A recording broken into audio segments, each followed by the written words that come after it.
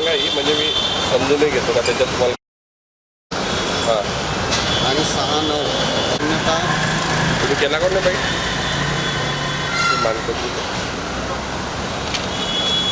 पाणी पी लेता हूँ मेरा.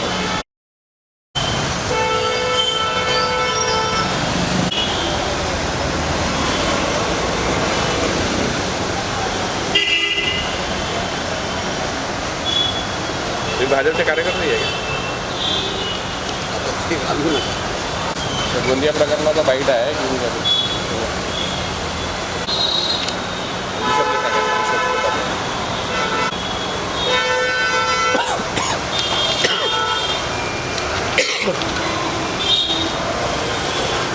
काही का? हां, काही शिक्षकांना अनुदानित तुकडीवर सेवा प्रदान करणे, विना अनुदानित किंवा 100% अनुदानित आणि त्याच्यामध्ये शासनाचं असं कोणतं परिपत्रक नव्हतं. सेवा बदलमध्ये कोणाच्या सोयीचं आहे? सौदा हे पत्र निर्गमित झालेलं नाही शासन, अच्छा, त्यांनी दिलं आहे आपल्याला पुढे. त्याचा पुरावा.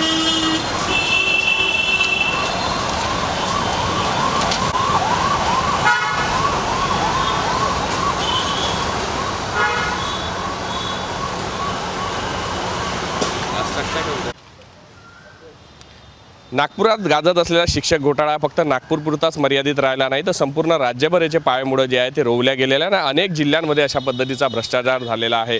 विदर्भातील खरं तर गोंदिया जिल्ह्यामध्ये सुद्धा अशाच पद्धतीने आमगाव येथील एक जे शाळा होती, आदर्श शाळा, त्या ठिकाणी सुद्धा भरतीमध्ये कशा पद्धतीनं घोटाळा झाला हे सुद्धा समोर आलेलं आहे. आणि या सगळ्या संदर्भात बोलण्यासाठी आपल्यासोबत जे आहे या सगळ्या प्रकरणाची ज्यांनी माहिती काढलेली आहे ते यशवंत मानकरजी आपल्यासोबत आहे.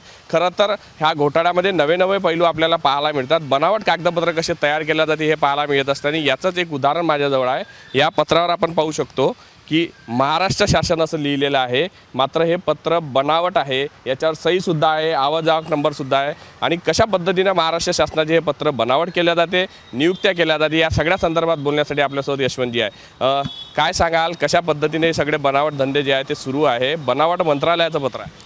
सर, मंत्रालयातून काही शिक्षकांची पदमान्यता मिळावी म्हणून अनेक शिक्षक संस्थाचालकांनी बनावट पत्र तयार केले मंत्रालयाचे आणि त्या आधारे शिक्षण उपसंचालक नागपूर व शिक्षणाधिकारी माध्यमिक गोंदिया जिल्हा परिषद यांच्या संगनमताने त्या बनावट पत्राच्या आधारे अनेक शिक्षकांची पदमान्यता घेण्यात आली. पदमान्यता घेण्यात येताना त्यांना शालार्थ ID पण देण्यात आली आणि शालार्थ ID इश्यू झाल्यानंतर त्यांना वेतनाचा लाभ देण्यात आला. यामध्ये शिक्षक भरती करताना अनेक संस्थाचालकांनी त्यांच्याकडून डोनेशन स्वरूपात घेतलंच असेल, परंतु या बनावट पत्राच्या आधारे जे भरती करण्यात आली आणि त्या शिक्षकांना शासनाच्या वेतनास्वरूप जे शासनाच्या तिजोरीवर जो भुर्दंड पाडण्यात येत आहे, हा पूर्ण बनावट जो प्रकरण आहे आम्ही उघडीस आणला आहे.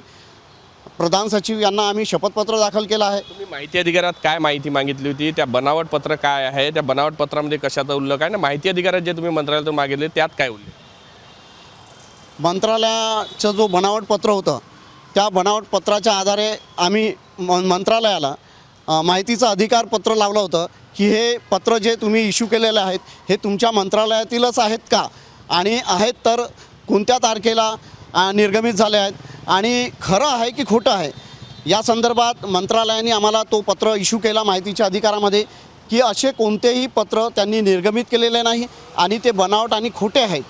म्हणून आम्ही त्या पत्राच्या आधारे, त्या माहितीच्या आधारे प्रधान सचिवांना एक शपथपत्र दाखल केला की अशा बनावट पत्राच्या आधारे ज्या संस्थांनी शिक्षण सेवकांची भरती केली आहे आणि शासनाची फसवणूक केली आहे, म्हणून मंत्रालयानेच स्वतः त्यांच्या संस्थाचालकांच्या विरुद्ध उपसंचालक नागपूर आणि शिक्षणाधिकारी नागपूर यांच्या विरुद्धमध्ये फौजदारी दाखल करावी आणि अशा संस्थानांची मान्यता तात्काळ रद्द करावी अशी मागणी आम्ही घातली आहे.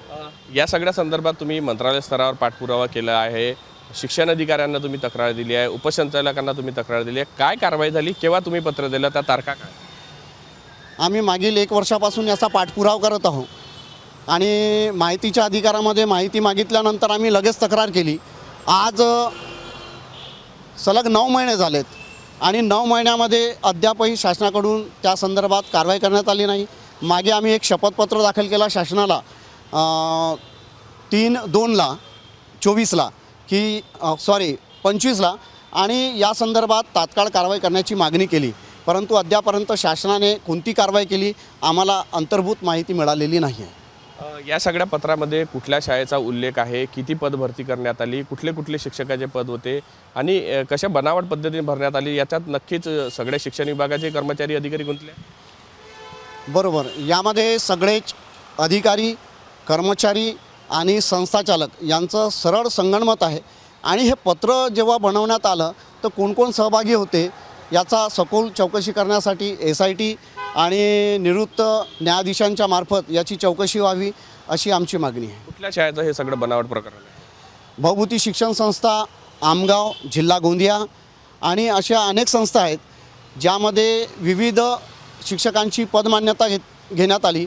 असं 37 शाळांचे शिक्षण संस्थानांचे नावं आहेत माझ्याकडे, ज्यामध्ये अनेक शिक्षकांची पदमान्यता घेण्यात आली. बनावट पत्राच्या आधारे सेवा बदल नसताना त्या शिक्षकांना पदमान्यता अनुदानित तुकडीवर करण्यात आलं. आणि विशेष म्हणजे 15 शिक्षकांचे पदमान्यता डायरेक्टर पुणे यांनी रद्द करूनही आज 9 महिने झाले त्यांचे वेतन सुरू आहेत आणि त्या शिक्षकांना पद मुक्त करण्यात आलं नाही, त्यांचे वेतन बंद करण्यात आलं आहे. ह्या 9 महिन्याचा जो वेतनाचा भुर्दंड शासनाच्या तिजोरीवर पाडण्यात आला त्याची वसुली शासन कशा पद्धतीने करेल, आणि आमची मागणी आहे की त्यांच्या संपत्तीतून ती रक्कम घेण्यात यावी आणि त्यांना फौजदारी दाखल करण्यात यावी अशी मागणी आहे. मान्यता काय होती, कोणी रद्द केली होती आणि कुठल्या शाळेचा तो प्रकार?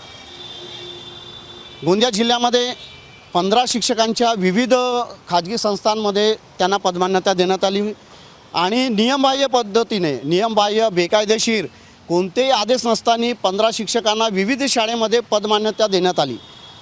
त्या संदर्भात तक्रार झाली. तक्रार झाल्यानंतर डेप्युटी डायरेक्टर नागपूर यांनी चौकशी केली पण निष्पन्न झालं नाही.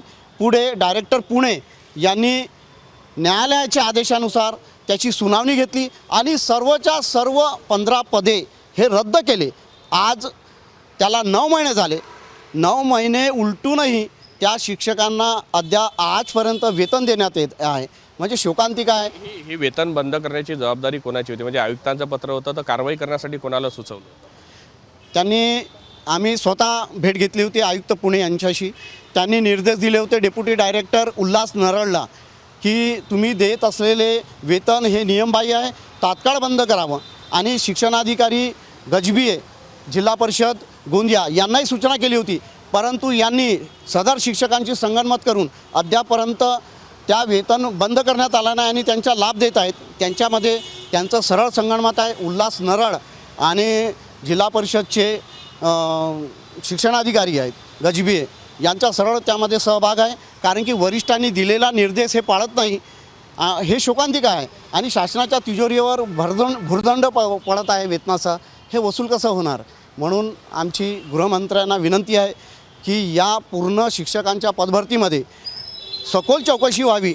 समिती नको कुणाची, SIT नियुक्ती करावी, निवृत्त न्यायाधीशांची त्यामध्ये समिती गठीत व्हावी आणि या महाघोटाळ्याचा पर्दाफाश व्हावा. याच्यामध्ये विशेष म्हणजे अनेक राजकारणी आहेत आणि अनेक त्यांचे सहपाठी आहेत राजकारण्यांचे, त्यांची शिक्षण संस्था आहेत.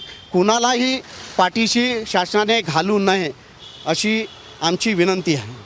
नक्कीच कुठंतरी अशाच पद्धतीचा घोटाळा जो आहे तो अनेक जिल्ह्यांमध्ये होतो आहे आणि या सगळ्याच्या माध्यमातून डुप्लिकेट प्रमाणपत्र कसे केले जाते एवढंच नाही तर मंत्रालय स्तरावर महाराष्ट्र शासनाच्या नावाचेही पत्र डुप्लिकेट केले जाते आणि या सगळ्याची चौकशी जर करायची असेल तर SITच्या माध्यमातूनच करावी अशी मागणी जी आहे ती यशवंत मानकर यांनी केलेली आहे. व्हिडिओ जर्नलिस्ट सौरभ बोलेसह पराग डोबळे, साम TV न्यूज, नागपूर.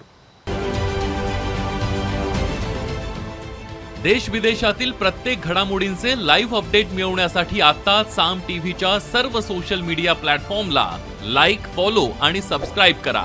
तसंच सर्व नोटिफिकेशनसाठी बेल आयकॉन प्रेस करायला विसरू नका.